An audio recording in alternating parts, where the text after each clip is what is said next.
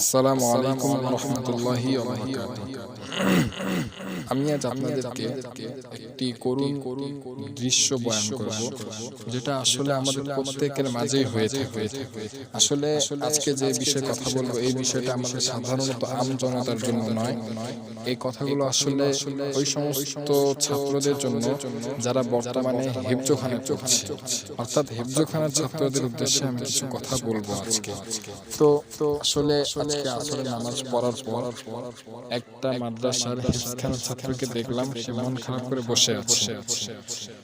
তো ভাবলাম যে আসলে সে মন খারাপ করে কেন থাকবে? হেফজখানায় থাকাকালীন তো সবসময় মনটাকে তরতাজা এবং উৎফুল্ল আনন্দে থাকতে হবে, কারণ হেফজখানার জীবনটাই এরকম যে মন খারাপ থাকলে কিছুই ভালো লাগে না। সে সবক ভালো করে পড়তে পারবে না, সে সাত সবক দিতে পারবে না, সে আমুকটা দিতে পারবে। যদি মনই ভালো না থাকে তাহলে তো এমনিতেও কোনো কাজ করা যায় না। সুতরাং আমি তার কাছে গেলাম, সে আমাকে বলল যে ভাই আসলে কি করব, আজকে আমুকটা দিতে গেলাম 10 পৃষ্ঠা আমুকটা, অথচ এক পৃষ্ঠার শেষ হয়নি, আমি লোকমা খেয়ে গেলাম আর আমাকে উঠাই দিলাম ওটা থেকে। অর্থাৎ 2 নাম্বার পরে 11 নাম্বার পৃষ্ঠা সে শুরু করেছে মাত্র, কিন্তু সে লোকমা খেয়ে গিয়েছে। ওই যে আপনার একটা আয়াত আছে যে ওয়াইদা কিলা লাহুম তাকিল্লাহ আখাযাতহুল ইজ্জা, তো এখানে আখাযা জালকে সে যা পড়েছে, যা পড়ার কারণে তাকে সে হুজুর উঠিয়ে দিয়েছে। তো যাই হোক, এই জন্য সে মন খারাপ করে বসে আছে।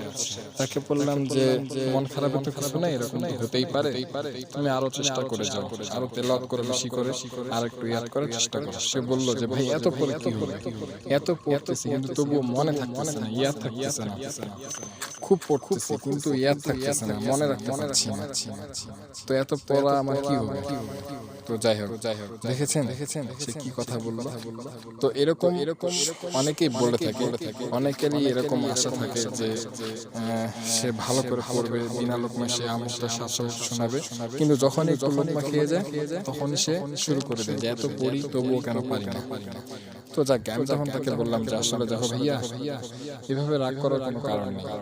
তো তোমাকে আমি একটা মূলনীতি বা একটা টিপস দিয়ে যাই, যখনই তোমার এরকম অবস্থা সৃষ্টি হবে তখনই তুমি মনে করবে যে, আমি তাকে বললাম যে দেখো, তুমি যখন লোকমা খেয়ে যাবে তখন মনে করবে যে আমি আজকে কম পড়েছি তাই লোকমা খেয়েছি, আজকে আমি উপযুক্ত মেহনত করতে পারিনি, যেভাবে মেহনত করা দরকার ছিল সেভাবে মেহনত করতে পারিনি, এই জন্য আমি লোকমা খেয়ে গিয়েছি। আজকে যদি আমি ভালো করে মেহনত করতাম তাহলে লোকমাটা খাইতাম না। ভুল করে তুমি এই কথা চিন্তা করবে না যে এত বললাম তবু আল্লাহ তাআলা আমাকে কেন পারাইল না, আমি এত পড়ি তবুও কেন পারতেছি না, এর কারণটা কি? আল্লাহ তাআলা কি আমাকে পারাইতে চান না? এত পড়তেছি তবুও কেন আমার হচ্ছে না, যাক আমি আর পড়বই না। এরকম চিন্তা ভাবনা যেন তোমার অন্তরে না আসে। যখন তুমি লোকমা খেয়ে যাবে অথবা তুমি পারবে না, সাত সবক হোক, সবক হোক, আমুকটা হোক, সব দিন তো ভাই সমান যায়, সব দিন কি আর সমান যাবে? কিছুদিন এরকম থাকবে যেদিন খুব পারবো, কিছুদিন থাকবে যে পারবো না। তো যেদিন পারবো না সেদিন চিন্তা করতে হবে যে আল্লাহ তাআলা আজকে আমাকে হয়তো পারার তৌফিক দেয় নাই, নিশ্চয়ই কোনো রহস্য আল্লাহ তাআলা এর মধ্যে রেখেছেন, কিন্তু আমাকে চিন্তা করতে হবে যে আজকে আমি পারিনি, আমার মেহনতের কম হয়েছে, আজকে আমি ভালো করে মেহনত করতে পারিনি, এই জন্য আমি আজকে সবকটা বা 7 সবক বা আমুকটা লোকমা খেয়েছি। নিজের দোষ ধরতে হবে। আমার আজকে 10 বার পড়ার কথা ছিল অথচ আমি 5 বার পড়েছি, তাহলে কি এটা আমার পারা সম্ভব? যেখানে জয়বার করতে হবে সেভাবেই আমাকে চেষ্টা চালিয়ে যেতে হবে।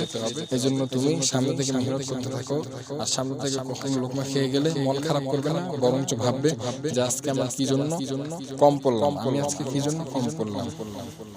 তো এটাও আমি সবার কাছে বলি যে আসলে হতাশ হওয়ার কিছু না। আমিও তাকে বলে দিয়েছি যে আসলে হতাশ হবে না, হতাশ হয়ে গেলেই সব কাজের মধ্যে ব্যাঘাত সৃষ্টি হয়, এজন্য আমাদের হতাশ হওয়া যাবে না। তো যাই হোক, আমি তাকে বলে দিলাম যে তুমি কখন হতাশ হবে না, হতাশ না হয়ে যেভাবে বললাম সেভাবে তুমি মনে রাখবে। যখনই এরকম পরিবেশ সৃষ্টি হবে, অবস্থা সৃষ্টি হবে, তখনই তুমি মনে করবে যে আমি তোমাকে এই কথাটা বলেছিলাম, তাহলে দেখবে যে মনটা ভালো হয়ে গেছে, পরবর্তীতে মেহনত করতে আরো ভালো লাগবে, চেষ্টাটা তখন তুমি নিজের থেকে আরো বাড়িয়ে দিবে। তো সমস্ত হেফজখানা ছাত্রদের জন্য আমি এই কথাই বলতে চাই যে তোমরা কখনো হতাশায় ভুগবে না, কখনো হতাশ হয়ে যাবে না। যখনই দেখবে যে একটু কম পারছো বা পারতেছো না বা লোকমা খেয়েছো, তখনই তুমি চিন্তা করবে যে আজকে আমি পড়াটা কম করেছি, আজকে আমি উপযুক্ত মেহনত করতে পারিনি, ওইরকম পর্যায়ে পরিশ্রম করতে পারিনি যেরকম পর্যায়ে পরিশ্রম করলে আমি পেরে যেতে পারতাম। এটাই হচ্ছে আজকে আমাদের বিষয় ছিল। তো এখানে আমি আমার কথাকে শেষ করছি। আসসালামু আলাইকুম ওয়া রাহমাতুল্লাহি ওয়া বারাকাতুহু।